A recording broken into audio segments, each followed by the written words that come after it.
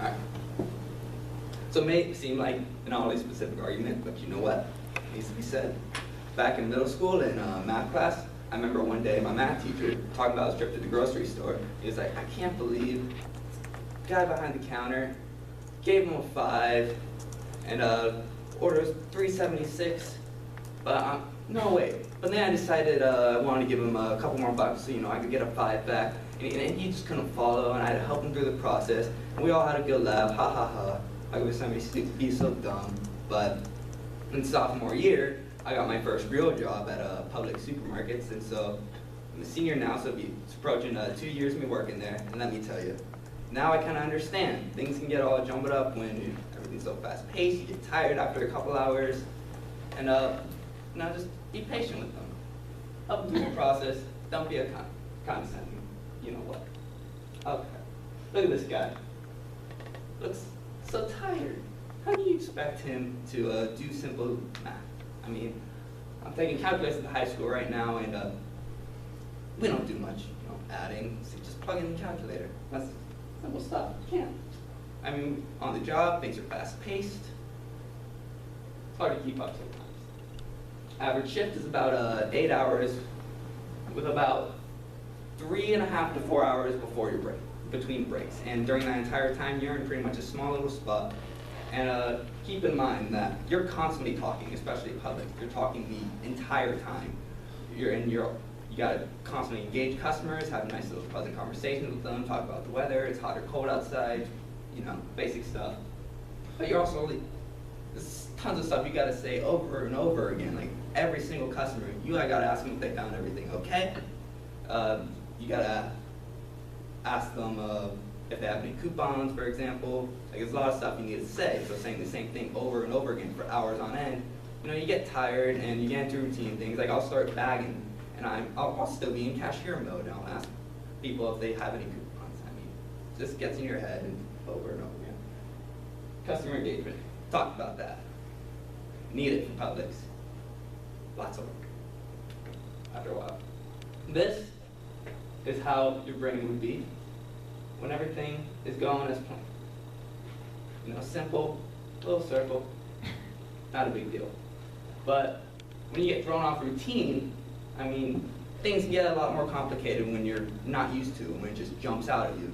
I mean, I'm sure you all have experience with a simple task suddenly becoming, a lot more difficult than it should be.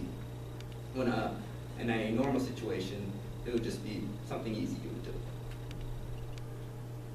When you're looking at a screen for hours, you enter in the amount tender, like orders $8.76, they hand you a 10, and usually something pops up on the screen, how much do you give back? Very easy to count, doesn't take any brains. But sometimes, like I said, they want that 5 back, they don't want all these bills and change, so they'll give you the $10 bill, you enter in the computer, but then they'll give you a couple more bucks so that they get a 5. Now this is a very simple problem, and I mean, normally it wouldn't be a problem, but keep in mind that you're really tired at this point. Your voice is tired. Like if I didn't have my water next to me, then my voice, I could have already talked.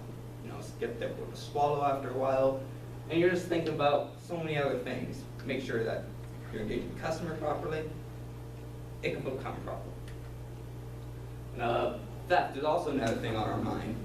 When people start giving you big bills, things are going back and forth, we're trained specifically to watch out for stuff like that because people do try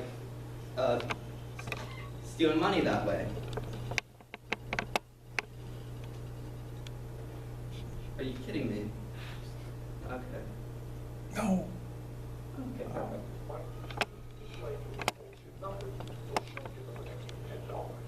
Great. Did you give me a 10 for 10 ones? Great. You got it? Great. No, check. I think there's 10 there. Well, count first. I mean, what have I got? No.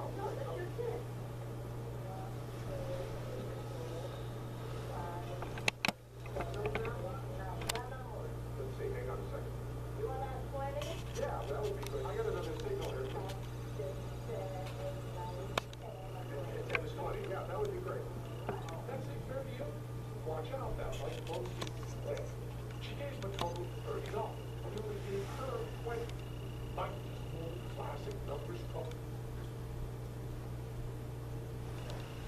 is exactly the sort of thing you need to watch out for. And this is just one of the other things that are on our minds. So like while trying to make sure that we do everything properly, like you start going, oh, well, wait, did I give you the right amount? So it goes over and over again. And even though we have a $5 leeway, meaning that if you're over or under, your till's over or under the drawer, the cash, then you're still gonna be okay. But again, like you can make mistakes and not even know, so you just want to be as careful as possible, and that's constantly on your mind. And all the things I've said, it increases exponentially when you're on the express lane. So you're going to want to be extra patient with them, because cash is one of probably the most common form of tender for people going in the express lane, because it's usually small orders. They just hand you a 5, then what you do, you're on your way.